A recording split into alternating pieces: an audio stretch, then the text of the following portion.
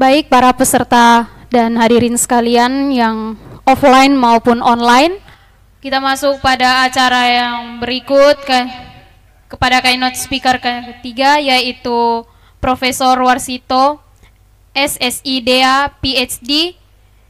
Beliau adalah Deputi keempat Kemenko PMK yang akan dipandu oleh Bapak Ali Warsito, SSI, MSI. Waktu dan kesempatan kami persilakan.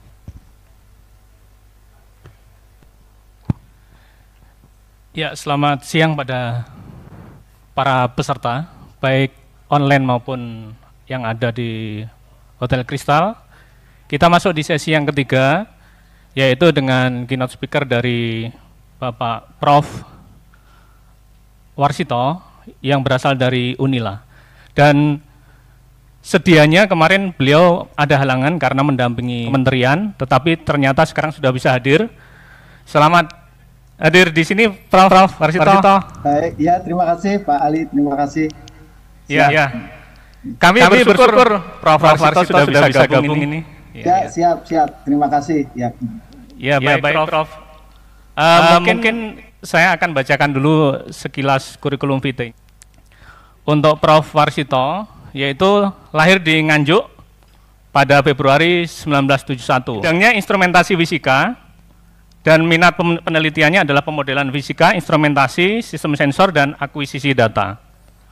Pendidikan beliau, S1-nya di Brawijaya tahun 95, kemudian S2-nya elektronika mikroelektronika di NC Caen Prancis tahun 1999, dan S3-nya di tempat yang sama, Universitas NC di Caen Prancis pada tahun 2003.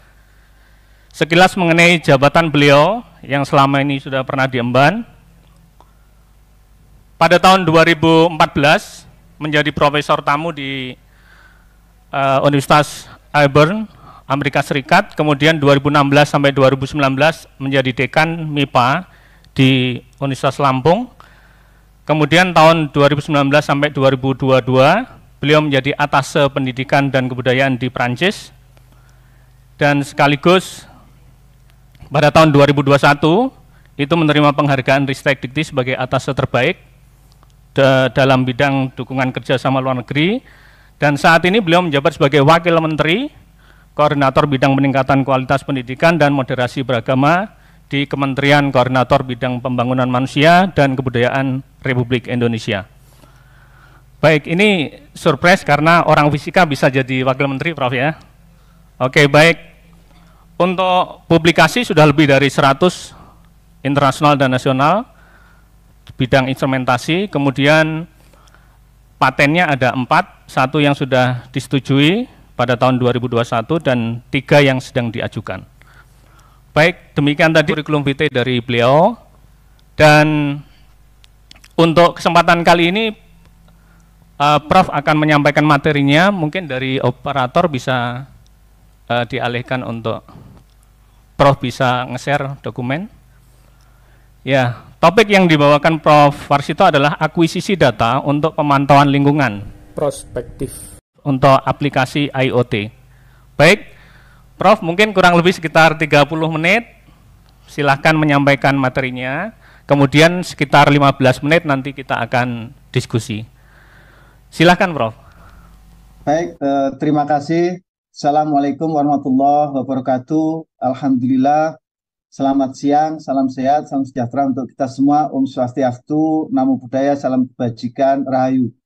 Yang saya hormati Bapak Ali Warsito, Panitia Seminar Nasional Fisika ketiga, Program Studi Fisika Fakultas Sains dan Teknologi Universitas Nusa Cendana, Kupang, dan juga para pimpinan di Universitas Nusa Cendana yang hadir, kemudian juga narasumber yang lain, Bapak Profesor Adi Susilo yang tadi telah menyampaikan materi, kemudian juga Bapak Yusuf Adu, MT, Kepala Dinas SDM Provinsi Kupang. Izinkan saya ingin menyampaikan materi dan saya akan share screen. Baik, saya kira sudah kelihatan. Bapak sekalian, seluruh peserta seminar yang berbahagia, sekali lagi terima kasih atas kesempatannya untuk share penelitian yang kami lakukan di Universitas Lampung dan juga menjadi prospek yang saat ini juga kami lakukan. Kami sengaja mengambil salah satu topik yang sisi instrumentasi yang kami lakukan. Salah satunya di sini adalah akuisisi data untuk data-data lingkungan. Dan nanti di akhir kami juga akan sampaikan prospek yang saat ini kami lakukan untuk aplikasi IoT untuk pertanian cerdas. Nanti kami sampaikan di akhir. Dan saya bersama Pak Dodi Yudo Setiawan yang sekarang juga hadir di Zoom, dan tim kami Pak Ronius dari jurusan Fisika FMIPA Universitas Lampung. Sebagaimana tadi disampaikan oleh Pak Ali bahwa saat ini saya sebagai deputi di Kemenko PMK. Jadi kalau deputi, kalau dalam bahasa Inggris memang wakil menteri, tapi di Indonesia ya kita nyebutnya deputi. Dan tentu merupakan kebahagiaan bagi saya bisa bersama dengan teman-teman semua untuk sharing riset yang kami lakukan. Kami akan menyampaikan ada 4 atau 5 poin nanti yang ingin kami sampaikan: pendahuluan, kemudian sistem sensor, kemudian data akuisisi, sistem transmisi data, dan juga database, serta nanti bagaimana bentuk tampilan akuisisi datanya, dan juga menggunakan sistem SMS gateway. Teman-teman sekalian, peserta seminar yang berbahagia, sebagai pengantar tentu ketika bicara bencana itu pada dasarnya terbagi menjadi 3. Yang pertama adalah hydrological disaster, jadi bisa banjir, bisa tsunami. Kemudian keduanya adalah kaitan dengan bencana terkait meteorologi. Ini bisa awan panas ataupun angin kencang ataupun angin dingin yang kita juga alami sekarang, masalah El Nino misalkan. Ini juga kategori kedua. Kemudian kategori ketiga bencana itu adalah kaitan dengan geologi. Jadi bisa tanah longsor, kemudian gempa, atau mungkin erupsi vulkanik dari gunung api. Nah, oleh karena itu dalam konteks ini pada dasarnya tentu sangat susah dicegah, dan kita tidak mungkin mencegah bencana alam, tapi yang bisa adalah bagaimana kita meminimalisir atau mempersiapkan dampak yang mungkin akan terjadi. Oleh karena itu kita akan coba salah satu contoh dari salah satu contoh riset yang kami lakukan adalah terkait dengan penginderaan atau akuisisi data untuk masalah peringatan dini untuk banjir. Sebagaimana kita ketahui, hampir mayoritas kita mendeteksi banjir ataupun tinggi muka air sungai di kita itu masih sifatnya manual, dan bahkan di salah satu pos-pos sungai itu ada petugas yang memang memantau tinggi muka air secara rutin. Nah, tentu ini menjadikan suatu tanda kutip gitu, cara baca yang mungkin kurang tepat, kemudian waktu informasi yang lamban. Maka kita mendorong atau telah melakukan riset yang ini sejak lama kami lakukan adalah online early warning system untuk bencana, dalam hal ini adalah banjir. Sistem yang kami desain tentu ada sistem akuisisi datanya, kemudian sistem pengolahan sinyalnya, sistem transmisi datanya, atau kemudian terakhir ada sistem akuisisi data dan sistem penampilannya. Ini kira-kira desainnya seperti ini, dan ini kami lakukan sejak 2005 dan sampai dengan sekarang, sehingga kami saat itu masih menggunakan microcontroller seri lama, jadi ATmega 16, dan sekarang sudah kami kembangkan menggunakan microcontroller yang Arduino atau yang sekarang update kita gunakan. Ini ada konsep sistem yang kami bangun.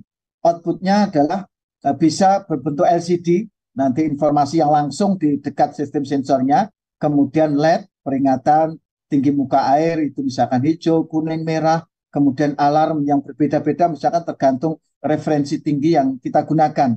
Kemudian itu semua data di dalam database, kemudian kita transmisikan datanya.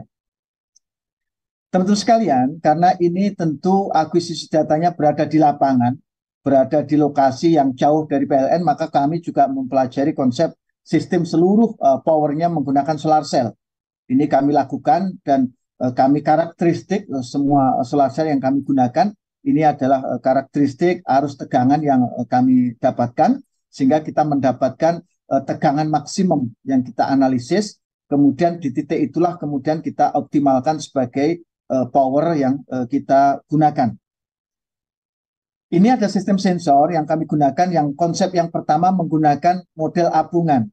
Jadi sistemnya sangat sederhana, menggunakan potensiometer yang itu kita bisa lakukan, dan kami mengkonversi berapa kali putaran, kemudian sampai tinggi muka airnya berapa.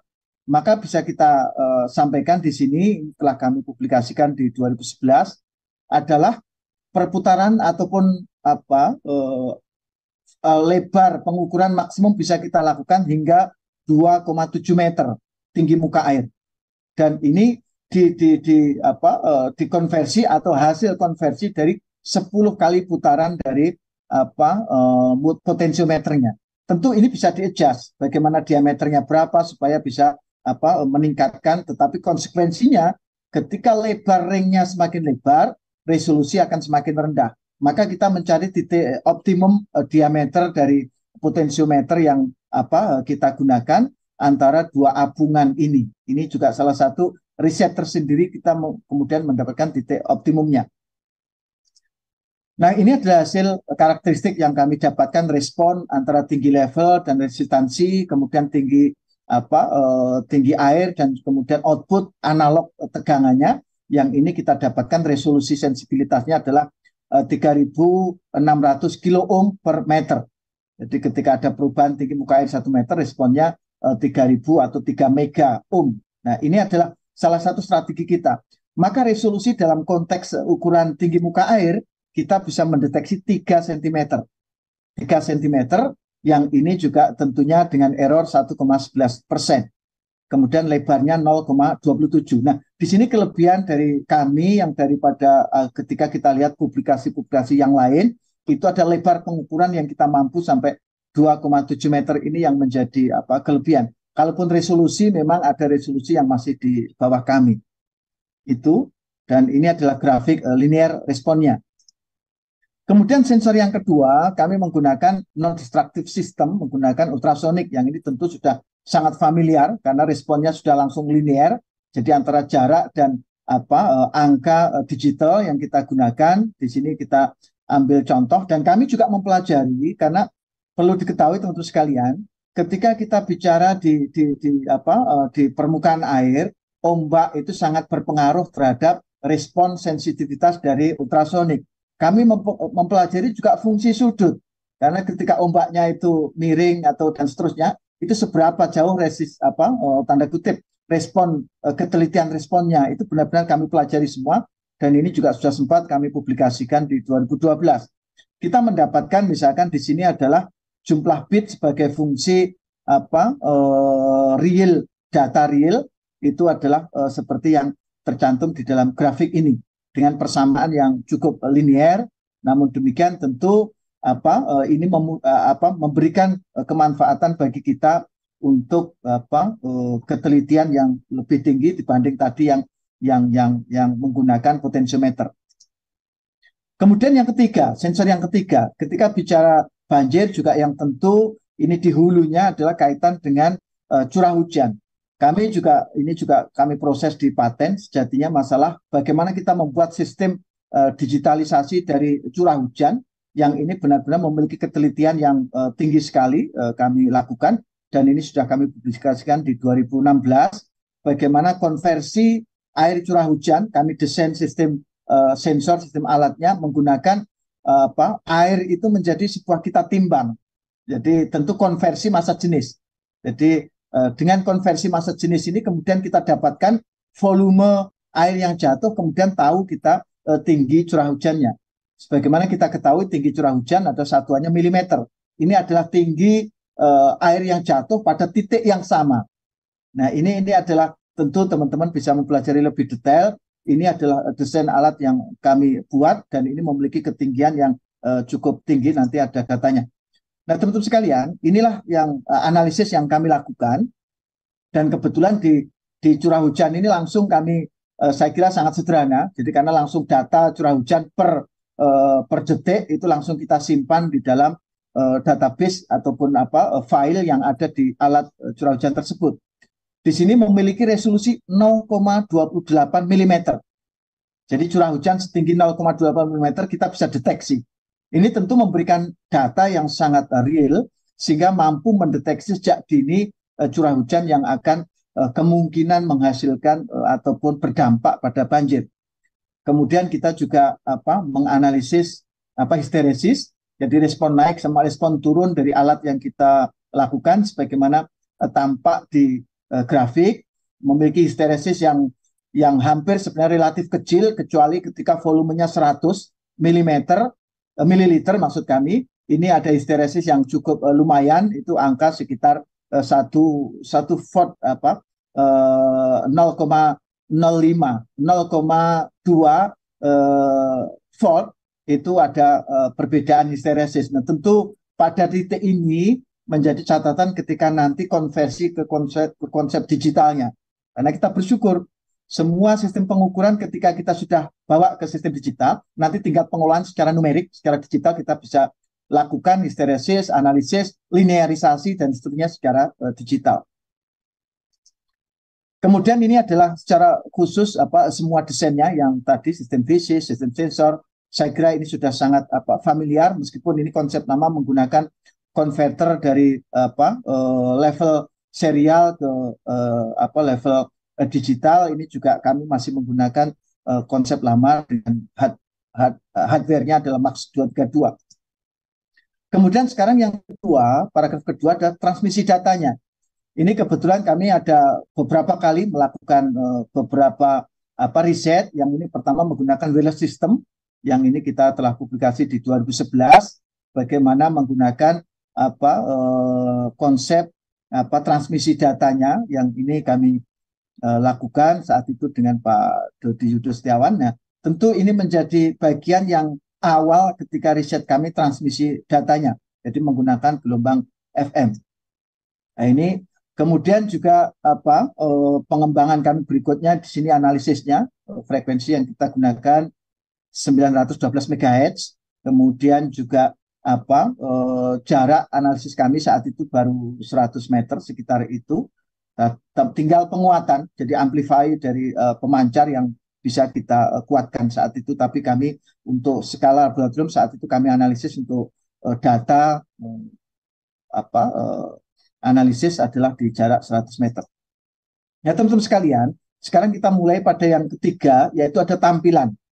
Tampilan output yang data akuisisi lingkungan untuk analisis banjir tadi adalah kita tampilkan dalam sistem online, dalam website, yang ini kita desain, yang tentu kita menggunakan sistem interface-nya, database system, kemudian website, desain website-nya. Ini ada software yang kami gunakan, ada Visual Basic untuk interfacing sistemnya, kemudian MySQL untuk database, dan juga web desainnya dengan PHP. Nah, ini adalah data yang ada di database. Jadi tinggi muka air sebagai fungsi waktu, tanggal, waktu, kemudian tinggi airnya, dan kemudian juga benar-benar ketelitiannya sampai detik. Jadi kalau kita ambil contoh, di sini ada dua grafik, satu grafik di database, satu grafik di sistem local host-nya, di servernya. Jadi ada dua ya, ada di database-nya, kemudian ada di local servernya yang akan nanti di-upload di sistem online di penerimanya. Ini kita benar-benar analisis waktu. Sebagaimana kita ketahui, pengukuran ini sangat penting sekali ketika ada pergeseran waktu. Jadi kalau misalkan diukur pada pukul misalkan pukul 9 lewat 9 detik, 9 menit lewat 53 detik, harapannya adalah waktu itu pula yang diterima di online-nya, sistem online-nya. Nah, tentu nanti ini menjadi bagian analisis yang penting yang kami lakukan. Nah, ini adalah respon online-nya, grafik online-nya dari tinggi muka air di hulu yang kami lakukan untuk pengukuran tinggi muka air secara real time yang ada di website.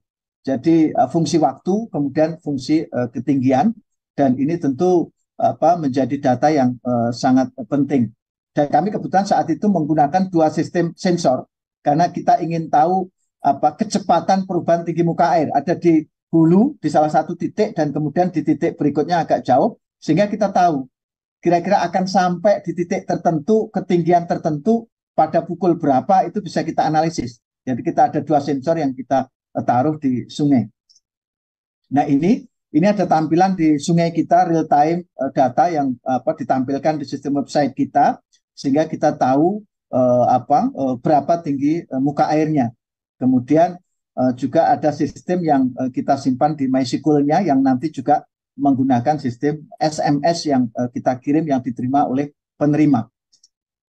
Nah, teman-teman sekalian, ini sebagai contoh output yang kedua. Kalau tadi output pertamanya bentuk apa di website, grafik ataupun tabel, ini output yang lain ada menggunakan SMS gateway.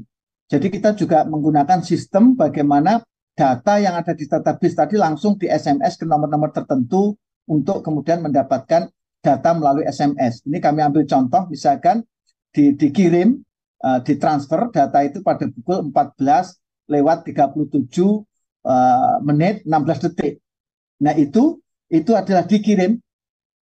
Nah, tetapi ternyata diterima oleh penerima itu pada pukul 14:35 lewat 08. Ini mohon maaf, kebalik ya, kebalik. Jadi dikirim pada 14:35:08, diterima 14:37:16. Tentu di sini ada perubahan atau ada gap 2 menitan yang ini menjadi analisis kami untuk kemudian mencari di mana sebabnya. Nah, kami tentu ternyata ada sistem perekaman data, sistem transmisi data tadi yang mengakibatkan gap ada 2 menit, yang tentu 2 menit ini sesuatu yang sangat penting. Tetapi kita bisa menganalisis ketika jarak sensor, dua transducer itu kita taruh agak jauh, jarak 2 menit tadi bisa kita eliminate. Karena kita bisa memprediksi jarak yang masih jauh untuk kemudian bisa mendeteksi tinggi muka air yang akan datang. Nah, ini adalah data-data yang kami analisis selisih waktu gapnya yang ini sempat kami publikasikan di 2017.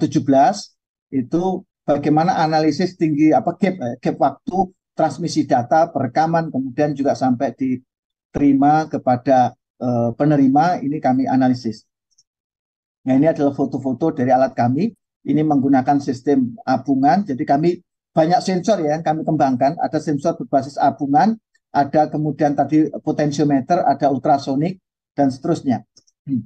Nah, ini adalah bagaimana kami melakukan riset di lapangan. Saat itu kita taruh alat-alat kita, kemudian untuk kita deteksi tinggi muka air sungainya. Saya kira ini yang akuisisi data yang pertama. Kemudian berikutnya adalah prospek yang saat ini kami lakukan. Yang ini riset yang dilakukan oleh Bapak Dodi Yudo Setiawan yang saat ini sedang riset di bawah koordinasi kami di tim riset, adalah bagaimana kita memanfaatkan akuisisi data secara terpadu dan juga ada aksi secara terpadu untuk merespon hasil akuisisi data tadi menggunakan konsep IoT pada pertanian cerdas. Jadi ada konsep akuisisi data, kemudian diolah, kemudian ada konsep aksi ataupun reaksi untuk merespon dari data yang diukur atau data yang dihasilkan. Dan ini semua kami kendalikan menggunakan konsep IoT, jadi berbasis IoT. Ya, sebagai contoh di sini tentu kita sudah tahu semua aplikasi dari IoT yang saat ini kita pegang HP kita pun saat ini kita bisa memantau menggunakan kamera yang ada di rumah kita untuk melihat sesuatu dan seterusnya. Ini konsep sejenis juga sama, tapi adalah untuk fungsi pertanian. Dan itu baik sifatnya pemantauan data maupun aksi yang diberikan. Nah, tentu ini ada desain yang kami lakukan. Bagaimana konsep di pertanian ini ada berbagai sensor. Ada sensor terkait dengan kelembapan, sensor terkait dengan kekeringan, kemudian juga pH misalkan. Ini semua kita bagian dari akuisisi data di ujungnya, di hulu, kemudian kita transfer kepada sistem server dan kemudian bisa kita kendalikan melalui mobile application. Jadi menggunakan HP ataupun sistem server atau sistem online yang ada di komputer. Nah, ini adalah yang saat ini kami lakukan, teman-teman semua. Ini adalah desain sistem greenhouse, karena riset kita memanfaatkan rooftop, jadi di atas bangunan gedung bertingkat. Kemudian kita desain greenhouse. Ini adalah bahan atau titik-titik yang media, maksud kami media tanam yang sudah kami siapkan dengan komposisi. Tentunya kami juga koordinasi dengan teman-teman pertanian untuk melakukan ini. Kemudian kita siapkan medianya, kemudian kita tanami. Tampak seperti gambar di kiri, itu adalah tanaman yang sudah tumbuh. Kemudian di sampingnya ada kabel-kabel, ada 2 kabel dan juga sekaligus pipa dan seterusnya. Ini kami lakukan. tentu masih banyak perbaikan yang ke depan akan kita perbaiki untuk fungsi yang tujuan yang lebih baik. Kemudian ini contohnya ketika tanaman sudah mulai tumbuh tinggi, kemudian ini ada zoom, saya ambil titik, di sini ada satu tanaman yang dimana di sana ada sensor elektrodanya untuk mendeteksi kesuburannya, kapan harus disiram, atau kekeringannya, kapan harus disiram, atau mungkin juga kesuburannya, kapan harus diberi pupuk. Tentu pupuk yang kami maksudkan adalah pupuk cair. Dan di bawah adalah sistem pengendalian yang kami lakukan, dan tentu ini menjadi suatu riset yang saat ini kami lakukan dan menjadi bagian menjawab ataupun contoh real yang saat ini di era revolusi teknologi 4.0 ini ada real di depan kita. Kita sudah tidak perlu lagi tukang siram di sini, tidak perlu lagi orang mengobati, misalkan semuanya bisa kita kendalikan menggunakan handphone ataupun sistem komputer server yang kita siapkan. Oleh karena itu, inilah real bahwa kalau di dalam presentasi kita mendengar akan ada pengurangan tenaga kerja, kemudian pengalihan bidang kerja, itu ya inilah salah satu contoh bahwa ketika kita melakukan pertanian cerdas, itu memang akan mengurangi banyak tenaga kerja. Saya kira itu Pak Ali dan teman-teman peserta seminar fisika yang berbahagia yang dapat disampaikan, dan kita sama-sama bisa diskusi pada sesi tanya jawab. Dan ini juga hadir bersama kita Pak Dodi Yudo Setiawan, tim kami, kiranya nanti ada pertanyaan yang mungkin sama-sama kita bisa diskusikan. Saya kira itu, saya kembalikan pada Pak Ali. Sekali lagi terima kasih. Assalamualaikum warahmatullahi wabarakatuh.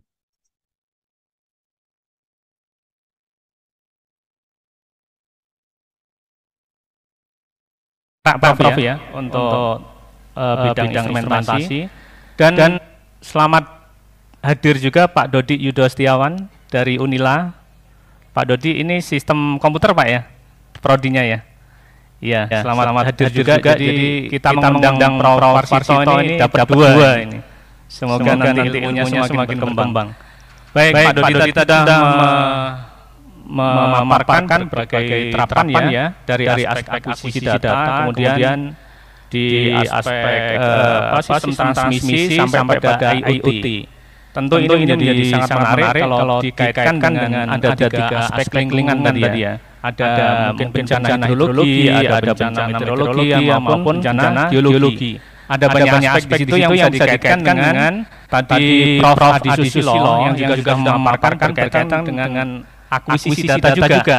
Jadi tadi disebutkan Prof Adi itu ada sistem akuisisi data geolistrik, seperti itu. Baik, kita masuk pada sesi tanya jawab. Pada kesempatan pertama mungkin 3 penanya dari daring ataupun luring, silahkan. Yang dari ruangan mungkin ada?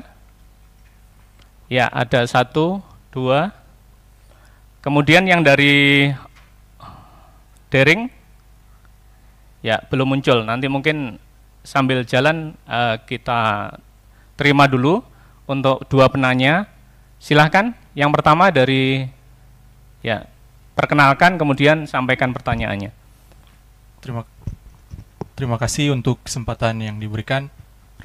Perkenalkan saya Naldo, mahasiswa semester 7 dari Prodi Fisika. Pertanyaan saya untuk beberapa materi yang disampaikan Pak Prof Warsito tadi terkait dengan alat untuk pengukuran curah hujan itu Pak, untuk data yang histeresis itu yang di 100 ml tadi kalau tidak salah, bagaimana cara Bapak untuk mengatasi histeresis itu? Apakah akan dilewati saja atau ada metode untuk pengolahannya?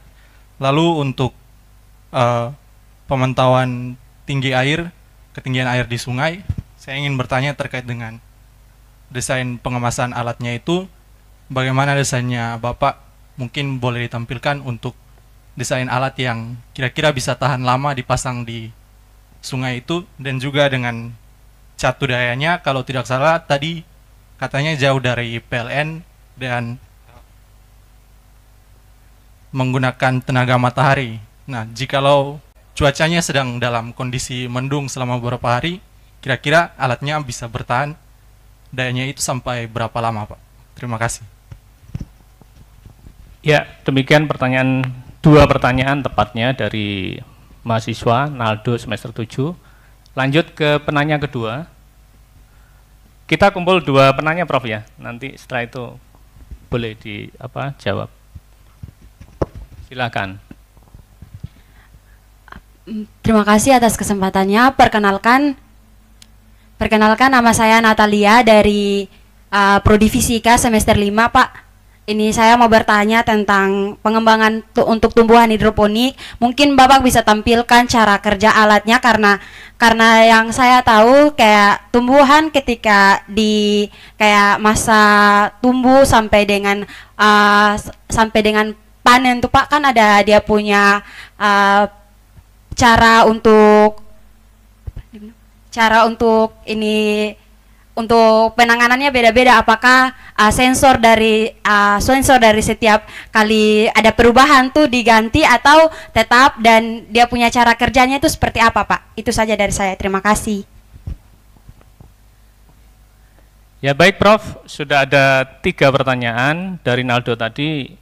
Ada 2 pertanyaan berkaitan dengan penanganan histerisis, kemudian untuk pemantauan tinggi air itu ketika misalnya berada di sungai itu bagaimana kondisinya untuk keberlanjutan, karena kadang-kadang mendung kemudian tidak ada panas dan sebagainya, dan catur dayanya bagaimana, dan tahan lama atau tidak di lingkungan yang terbuka. Kalau dari penanya yang kedua itu adalah berkaitan dengan apakah ada perlakuan atau treatment tertentu pada setting sensor ketika tumbuhan itu mengalami perubahan fase dari mulai tumbuh sampai panen. Silahkan, Prof. Baik, terima kasih Pak Ali. Saya akan mencoba menjelaskan pertama dari Mas Naldo. Sukses, selamat, Anda sekarang di semester 7. Dan pertanyaannya sangat penting, karena memang betul, teman-teman sekalian, ini yang tanda kutip yang mendalami instrumentasi. Yang pertama pertanyaannya sangat bagus, yang tadi juga sudah saya singgung, adalah masalah mengatasi histeresis yang agak lebar. Kebetulan tadi di dalam grafik saya contohkan adalah di data fisis 100 ml curah hujan, itu ada data respon yang cukup tanda kutip gitu, penting, harus diantisipasi. Teman-teman sekalian, cara mengantisipasi histeresis ataupun ketidakliniaran itu ada 2 cara. Yang pertama ada secara analog. Secara analog adalah dalam bagaimana kita merangkai rangkaian kita. Mulai dari pengkondisian sinyal, itu kita bisa linearisasi, atau kemudian juga mengatasi histeresis secara analog dari rangkaian. Kemudian yang kedua adalah dengan memastikan respon-respon besaran fisis yang diterima oleh alat kita, yang dibaca oleh alat kita, selagi itu mengalami pengulangan, diulang berkali-kali, datanya sama, artinya sensor kita juga merespon dengan respon yang sama, itu nggak masalah. Ini saya kira penting penjelasan ini, bahwa ketika kita sudah memiliki respon, baik itu linier, tidak linier, zigzag atau apapun, tapi ketika diulang berkali-kali menghasilkan respon yang sama, artinya misalkan sampai contoh tadi grafik kami itu, ketika itu sudah kita ulang berkali-kali, histeresisnya tetap sama, ya sudah, nggak masalah. Tetapi langkah berikutnya, data tersebut dicari persamaannya. Ya, ini langkahnya, dicari persamaannya.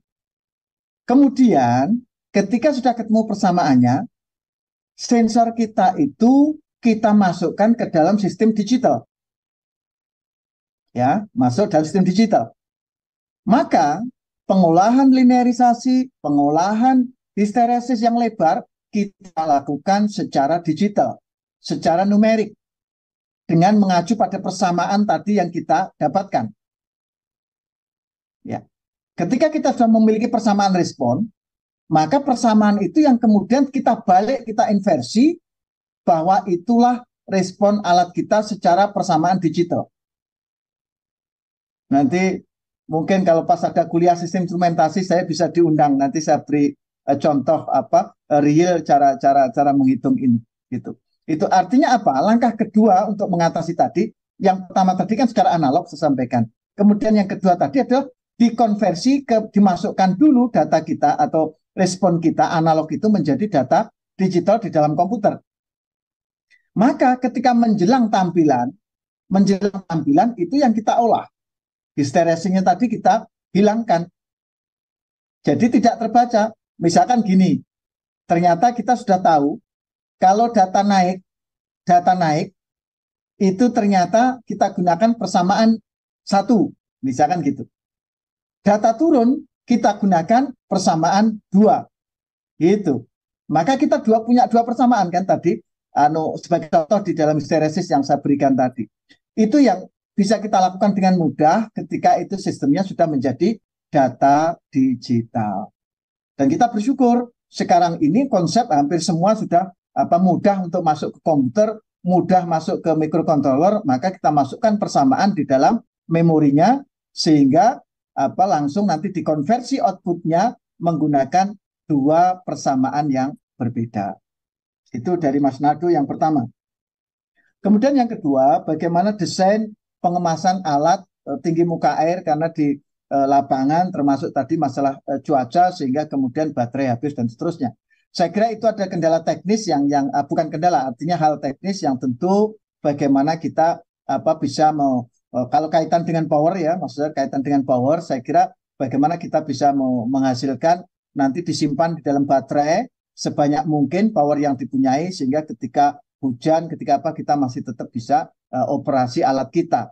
Jadi kami saat itu adalah dari sel surya kita masukkan dulu ke baterai, kita konversi ke baterai, kemudian baterai baru memberikan satu daya ke alat yang kita gunakan di situ. Jadi tidak langsung sel surya ke alat. Saya kira ini adalah nanti masalah power yang tentu itu satu sisi. Tapi ada pertanyaan yang juga saya tangkap dari Mas Naldo, bagaimana sistem ketahanan sistem sensornya, robust dari sensor transducer yang kita buat. Teman-teman sekalian, dalam foto tadi saya sampaikan adalah ada tabung, ada pipa, di mana sejatinya tadi ada konsep sensor yang ketiga yang kami buat. Sensor yang pertama tadi adalah menggunakan apungan, 2 apungan potensiometer, dan itu juga dimasukkan dalam pipa. Ingat, itu dimasukkan dalam pipa karena supaya tidak mengganggu ombak. Nah, itu yang pertama. Kemudian yang kedua tadi adalah transducer ultrasonik, dan yang ketiga sejatinya adalah kami menggunakan sistem pensaklaran. Jadi kami memiliki sensor yang banyak sekali, sistem apungan, jadi saklar. Jadi ketika tinggi muka air sekian, akan mematikan saklar dan seterusnya. Jadi sistemnya manual. Itu benar-benar kayak saklar biasa. Jadi akan menghidupkan potensiometer, akan menghidupkan resistansi. Jadi teman-teman bisa mempelajari rangkaian analog ADC. Jadi contoh rangkaian analog ADC. Jadi sistem konversi analog to digital converter, itu ada rangkaian analognya. Tolong itu dilihat, itu konsepnya sistem saklar. Saklar 1, 2, 3, semacam itu. Nah itu kami ganti dengan apungan. Sistem saklar tadi kita ganti dengan apungan. Sehingga ketika apungan ini kesentuh air, akan naik mengaktifkan kabel.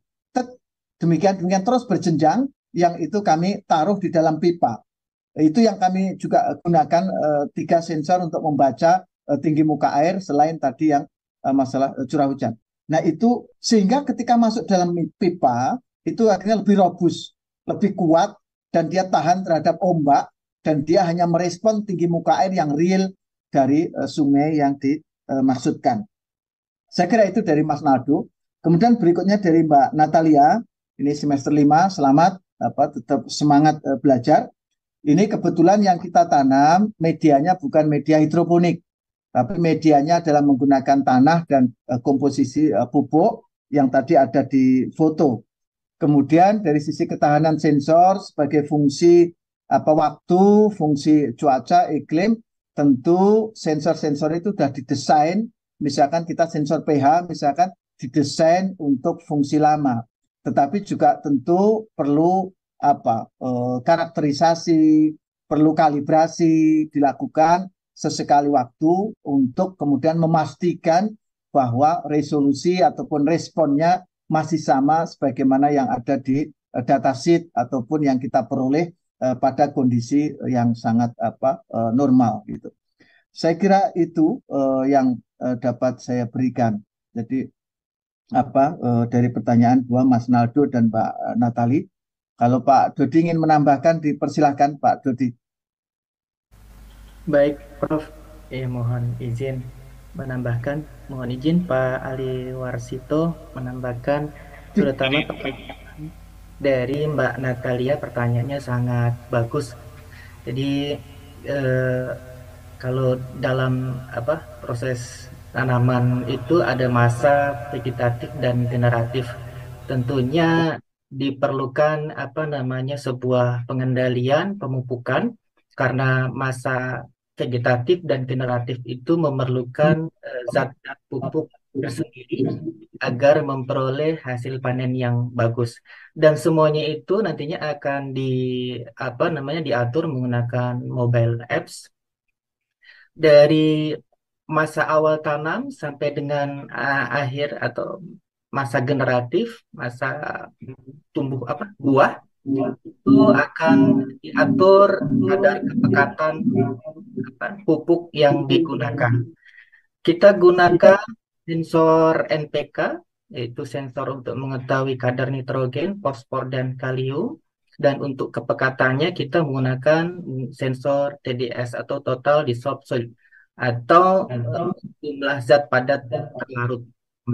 Nah, dari data inilah, dari sensor inilah kita memperoleh data tingkat kepekatan yang nantinya kita bisa atur tingkat kepekatan sesuai dengan usia tanaman tersebut. Jadi pada awal masa tanam kita atur kepekatannya sekian, sampai dengan masa akhir itu akan diberikan pupuk secara diatur kadar pupuknya, kepekatannya sesuai dengan usia tanamannya.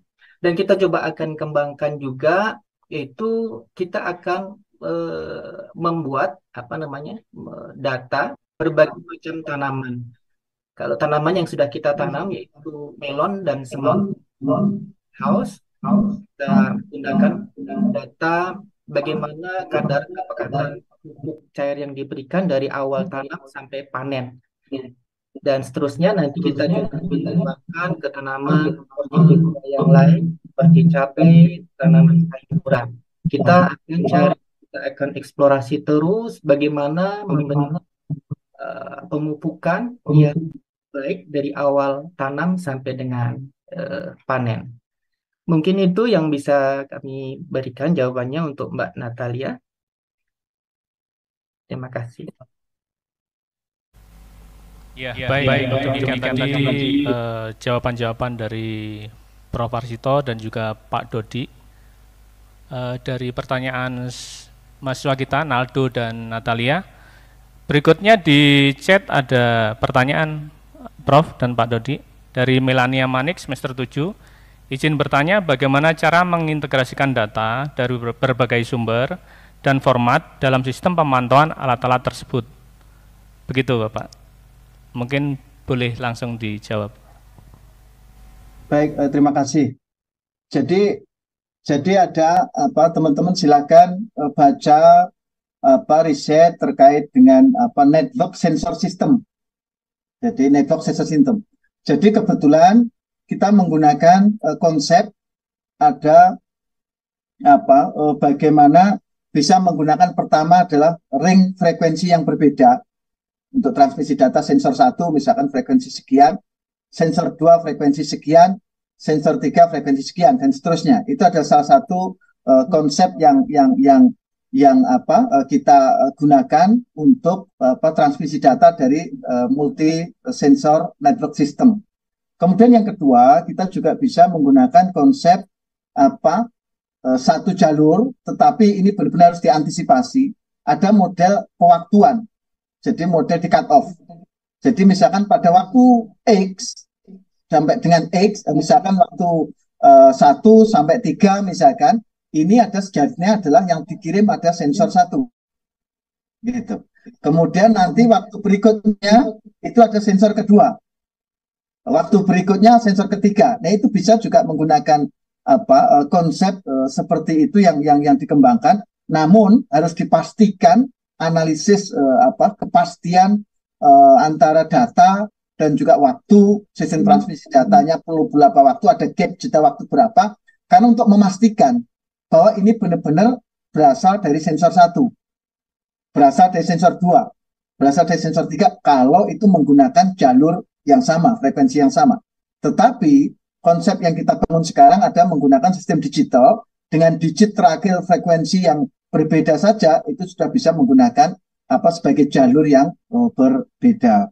Saya kira itu dari pertanyaan yang disampaikan secara melalui chat. Ini sekali lagi terima kasih dari Mbak Melania Manek. Terima kasih.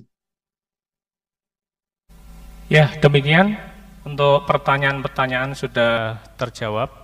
Mungkin ada satu Prof yang dari saya. Kita kan sekarang sudah marak ya penggunaan IoT dan juga robotik berkaitan dengan era 4.0 nih. Nah, sekaligus dengan Pak Dodi juga nih mungkin. Apakah microcontroller yang sekarang banyak digunakan secara umum, misalnya Arduino, kemudian ESP32 itu sudah cukup representatif untuk skala besar ya? Dalam hal ini seperti tadi dikatakan untuk lingkungan atau untuk kebencanaan yang notabene mungkin perlu sensor yang tidak sedikit begitu. Gitu aja Pak mungkin dari saya. Terima kasih Pak Dodi, silakan mungkin yang sekarang yang digunakan mungkin silakan diupdate Pak Dodi. Ya, Prof, izin menjawab. Untuk tool IoT-nya ESP32 dan yang sebelumnya ESP8266, untuk beberapa sensor, mungkin 1-2 sensor itu sudah mencukupi, Pak. Tapi ketika kita menggunakan banyak sensor, lebih dari 2 atau 3 sensor, tools itu selama kami explore, selama kami dalami, tools IoT itu ESP32 pun belum mampu menangani. Library yang ada, library yang tersedia untuk ESP32 itu tidak mampu menangani berbagai macam sensor yang sekarang ini sensornya sudah sensor digital dan komunikasinya sudah komunikasi serial. Jadi yang kita kembangkan sekarang ini perpaduan antara offline dan online. Offline-nya kita gunakan Arduino Mega yang memiliki kemampuan lebih dari segi kecepatan dan penanganan sensor, jumlah ADC dan lain sebagainya. Kemudian datanya kita kirimkan, data-data sensor yang banyak tersebut kita kirimkan. Kemudian kita ke server, kita simpan di dalam data. Jadi begitu selama ini, jadi kita boleh menilai kemampuan tools ESP32 itu masih perlu pengembangan sangat banyak sekali. Begitu Pak, terima kasih. Ya, terima kasih banyak Pak Dodi. Ya, baik. Mungkin ada pertanyaan lain dari peserta, baik yang di daring maupun luring. Kayaknya cukup ya. Iya, cukup Pak Ketua. Iya, oke. Baik, Prof. Warsito dari Kementerian PMK dan juga Pak Dodi, alhamdulillah bisa gabung membagikan ilmunya juga ke kita. Kita sangat berterima kasih sekali karena Prof. Warsito dan Pak Dodi juga bergabung dalam seminar nasional fisika ketiga dari Universitas Nusa Cendana yang jauh di selatan, Pak, di Kupang. Ya, terima kasih atas bagi-bagi ilmunya. Dari teman-teman di daring dan luring bisa bertepuk tangan untuk Pak Prof. Warsito dan Pak Dodi. Kemudian mungkin dari seksi acara. Baik, terima kasih kepada keynote speaker yang ketiga, Bapak Profesor Warsito SSI DEA PhD, Deputi keempat Kemenko PMK yang sudah bersedia menjadi keynote speaker yang ketiga. Selanjutnya ada sedikit canda terima kasih berupa plakat dan sertifikat yang akan diserahkan secara simbolis melalui Zoom kepada Bapak Profesor Warsito SSI DEA PhD. Pak Prof Warsito masih gabung? Masih. Baik, Prof. Terima Ini kasih. ada Terima kasih. penyerahan secara simbolis sertifikat dan nanti secara objeknya akan kami kirimkan, Prof. Siap. Terima kasih. Terima kasih. Baik, Prof Warsito dan juga Pak Dodi Yudo Setiawan, kami mengucapkan terima kasih banyak telah bergabung dan semoga nantinya tidak bosan kalau kemudian kita ganggu untuk di masa berikutnya. Baik, terima kasih. Ya. Assalamualaikum warahmatullahi wabarakatuh. Waalaikumsalam warahmatullahi wabarakatuh. Alhamdulillah. Sekali lagi terima kasih kepada Profesor Warsito SSI DEA PhD yang sudah bersedia menjadi keynote speaker yang ketiga. Selanjutnya kita masuk pada sesi yang berikut yaitu Insoma dan kita akan melanjutkan lagi pada pukul 13:15 waktu Indonesia.